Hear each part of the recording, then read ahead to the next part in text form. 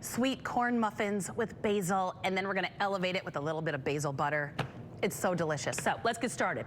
So for a lot of pantry staples here with the exception of the fresh corn and the fresh basil, but everything else you probably have. So we're gonna go ahead and start with a little all-purpose flour.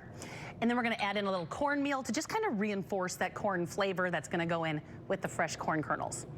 We're gonna do baking powder and baking soda in here, and of course I will put the recipe online after the show so that way you can see all the amounts that I don't memorize.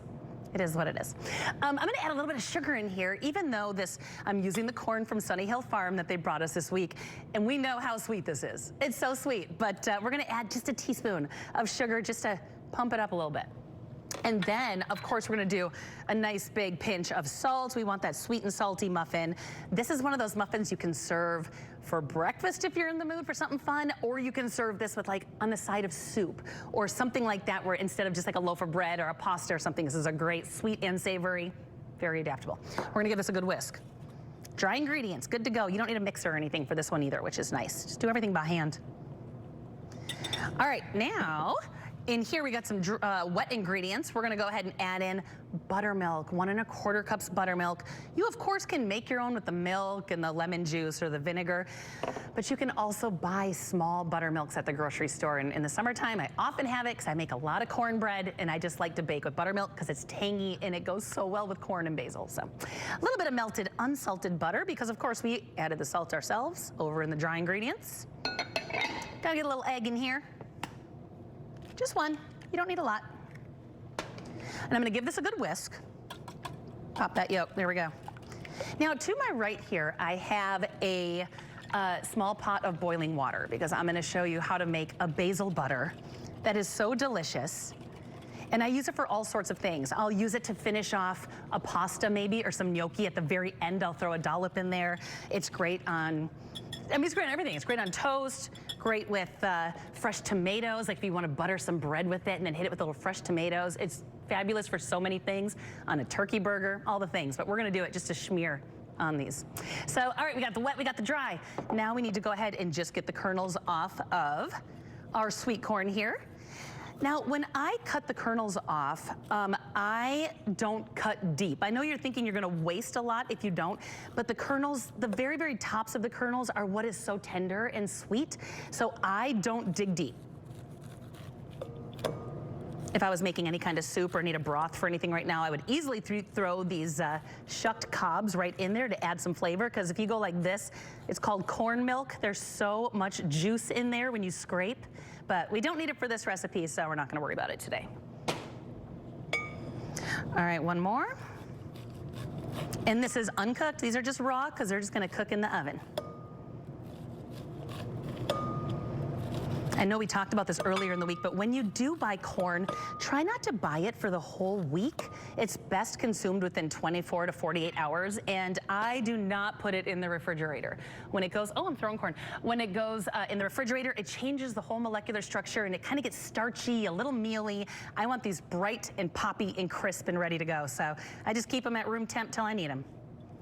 All right, you're gonna add this to your wet ingredients. Give that a little stir. Now, I've made these before adding a little cheese in here as well, your favorite cheese, but today, not in the mood. What do you think, Sarah? Yeah, let's use the big one. Like, I'm not going to, I'm gonna make a mess. All right, we're gonna put the dry ingredients in here. We're gonna fold in our wet ingredients just with a spatula here. Easy peasy. I'm gonna give this a little stir and then I'm gonna chop up some basil. Get some basil in here, some fresh basil. A lot of you are growing it and a lot of you are seeing it overwhelm your gardens. My poor mom, every time I go to my mom's house, she planted a little bit of Thai basil. She has 44 acres now of Thai basil that she has no idea what to do with. If your herbs are running rampant, doing a fun compound butter like we're about to do is a great way to use some of your extra herbs. All right, so we got this fresh basil because of course Sarah planted a ton of it outside on the weather deck actually. So hopefully that weather guy Pete isn't stealing our herbs. You guys need to watch him like a hawk on Good Day Wisconsin. Can't trust that guy. Just kidding. All right, so now what we're gonna do, just kind of pile this up. Normally if they were bigger leaves, I'd layer them out, roll them up, but We're just going rogue today. They're a little bit smaller. You do not want to ever rinse your basil with water. It oxidizes and turns black immediately. So if you find your basil might have a little dirt, a little grit, go ahead and just hit them with a paper towel. Just kind of brush that grit off. Maybe if you're using it immediately, a damp paper towel, but basil is one of those herbs you have to be very careful with. It turns color and turns black right away. So now I'm just giving this a nice little rough chop. We're gonna get that into our muffin mix.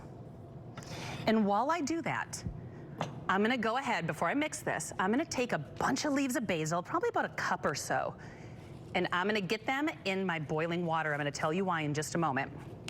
But could I make a basil butter not blanching it? Yeah, you can. But this is gonna make sure that it stays bright and green and incredibly fresh in the butter. So, I'm just using it all. I don't want any of this to go to waste. So I'm just taking the big leaves off. Look how beautiful those are. I'm gonna save that in case Sarah wants those little flowers for a photo. About a cup, I just kind of eyeball it, and I'm gonna drop it into the boiling water just for a moment while I mix up our, all right, you blanch in there for a minute. On the side, I have a little ice water ready to go. And you can make this butter at the beginning of the week. Just use it throughout the week. Gently fold this together.